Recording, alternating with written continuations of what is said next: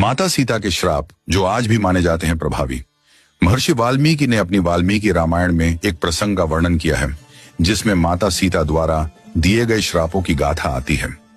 जब देवी सीता प्रभु श्री राम और लक्ष्मण के साथ वनवास में थीं, उसी समय राजा दशरथ के वियोग और दुख से उनकी मृत्यु हो गई।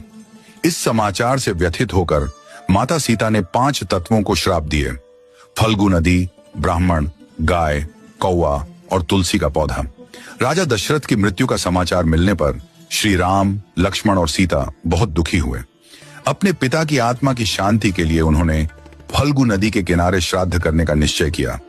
श्राद्ध विधि जानने के लिए उन्होंने एक ब्राह्मण को बुलाया और उनसे आवश्यक सामग्री की जानकारी ली। श्री राम ने लक्ष्मण को सामग्री लाने के लिए भेजा और स्वयं भी खोज में निकल पड़े। माता सीता अकेली रह गईं। काफी देर तक दोनों भाइयों की प्रतीक्षा करने के बाद उन्होंने पंडित जी से कहा, आप पूजा प्रारंभ करें।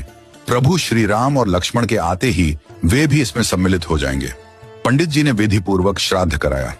उस पूजा से प्रसन्न होकर राजा दशरथ की आत्मा प्रकट हुई और माता सीता से कहा, पुत्री, मैं तुम्हारे द्वारा किए गए श्राद्ध को स्वीकार करता हूं। यह कहकर वे अंतर्धान हो गए।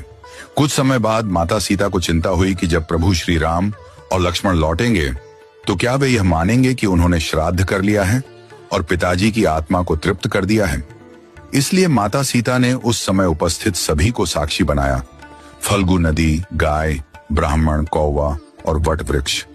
माता ने उनसे कहा कि वे इस बात के साक्षी बने कि उन्होंने विधिवत श्राद्ध किया है और राजा दशरथ ने उसे स्वीकार किया है। जब श्री राम और लक्ष्मण लौटे, माता सीता ने उन्हें सब बताया, किंतु उनके पूछने पर गाय, ब्राह्मण, फल्गु नदी और कौवे सभी ने यह कहकर इनकार कर दिया कि उन्होंने कुछ नहीं देखा। केवल वट वृक्ष, बरगद ने सच बताया। इस पर माता सीता अत्यंत क्रोधित हुई और उन्होंने इन सभी को श्राप दिया। फल्गु नदी को श्राप दिया कि वह सतह पर सदैव सूखी ही दिखाई देगी, भले ही उसके नीचे जल बहता हो। ब्राह्मण को श्राप दिया कि चाहे उन्हें कितना भी दान मिल जाए, परंतु उनकी लोभ वृत्ति समाप्त नहीं होगी और वे सदैव दरिद्रता से घिरे रहेंगे। गाय को श्राप दिया कि वह हर घर में पूजनीय तो होगी, लेकिन उसे दर दर भटक कर लोगों का झूठा अन्न खाना पड़ेगा। कौवे को श्राप दिया कि वह सदैव झगड़ कर ही अन्न प्राप्त करेगा।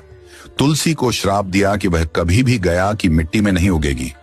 वहीं दूसरी ओर वट वृक्ष, जिसने सत्य कहा था, उसे माता सीता ने वरदान दिया, हे वट वृक्ष, आज से पतिव्रता स्त्रियां अपने पति की दीर्घायु की कामना के लिए तुम्हारी पूजा करेंगी।